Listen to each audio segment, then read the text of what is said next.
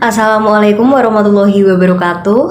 Alhamdulillahirrabbilalamin. Wassalatu wassalamu ala asrofil anbiya wal mursalin wa ala alihi wa sahbihi ajmain, amma ba'du. Sebelumnya marilah kita terlebih dahulu memanjatkan puji syukur kehadirat Tuhan yang Maha Pengasih yang telah melimpahkan rahmatnya kepada kita semua sehingga kita selalu dalam keadaan sehat walafiat. Baik, perkenalkan nama saya Diah Ayu Permatasari, NIM 2021-11530 dari kelas J Manajemen. Di sini saya akan berceramah membahas tentang Islam dan ekonomi. Oke, pertama membahas tentang ekonomi. Ekonomi ialah segala kegiatan yang berkaitan dengan usaha-usaha yang bertujuan untuk memenuhi segala keperluan hidup manusia.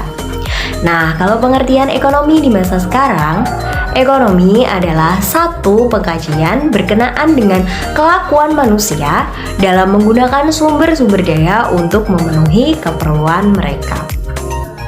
Jadi, ekonomi Islam adalah kegiatan perekonomian yang berbasis penguatan kesejahteraan dalam sistem sosial ekonomi.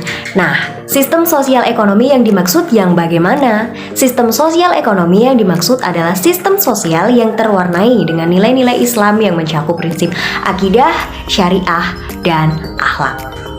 Next, membahas sistem ekonomi Islam secara global. Sistem ekonomi Islam adalah ekonomi yang berada dalam masyarakat yang bersumber dari Allah Subhanahu wa Ta'ala.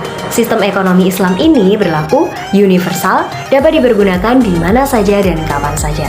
Berbeda dengan sistem ekonomi pada umumnya yang hanya berbasis pada akal manusia, dari waktu ke waktu pasti akan berubah sesuai dengan perkembangan zaman. Nah, ekonomi Islam memiliki ciri-ciri yang dikelompokkan dalam 5 parameter besar. Yang pertama, berorientasi pada pemanfaatan sumber daya alam yang dijelaskan pada Quran Surat Al-Baqarah ayat 29. Dialah Allah yang menciptakan segala apa yang ada di bumi untukmu, kemudian Dia menuju ke langit, lalu Dia menyempurnakannya menjadi 7 langit, dan Dia Maha mengetahui segala sesuatu. Yang kedua, berorientasi pada pemanfaatan sumber daya manusia yang dijelaskan dalam Surat Ar-Ra'd ayat 11. Yang ketiga, pemanfaatannya ditujukan untuk kemakmuran manusia secara proporsional, disebutkan dalam Quran Surat Al-Baqarah ayat 60. Makan dan minumlah dari rezeki yang diberikan Allah, dan janganlah kamu melakukan kejahatan di bumi dengan berbuat kerusakan. Yang keempat, menghargai dan melindungi hak orang. Dan yang kelima atau yang terakhir, mengikuti keseimbangan permintaan dan penyediaan.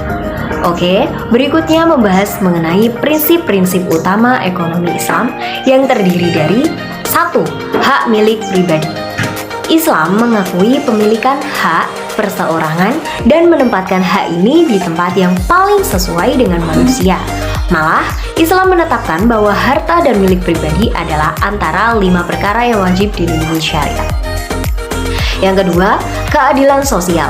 Kegiatan ekonomi adalah sebagian daripada ruang lingkup Islam yang syumul. Islam bertujuan untuk menegakkan keadilan.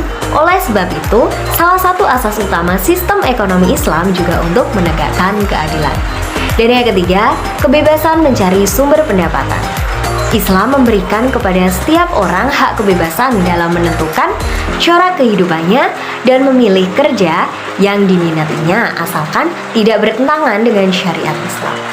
Keragaman dalam memilih pekerjaan dan sumber pendapatan masing-masing akan mewujudkan keragaman dalam hasil negara dan keperluan masyarakat. Terakhir, membahas pajak dalam perspektif Islam.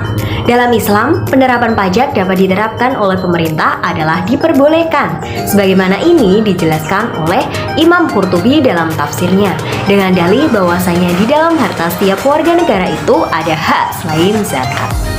Seperti diketahui bahwa perpajakan adalah salah satu bentuk kebijakan fiskal dari pemerintah, dan kebijakan fiskal ini merupakan salah satu perangkat untuk mencapai tujuan syariah yang berupa peningkatan kesejahteraan dengan tetap menjaga keimanan, kehidupan, intelektualitas, kekayaan, dan kepemilikan.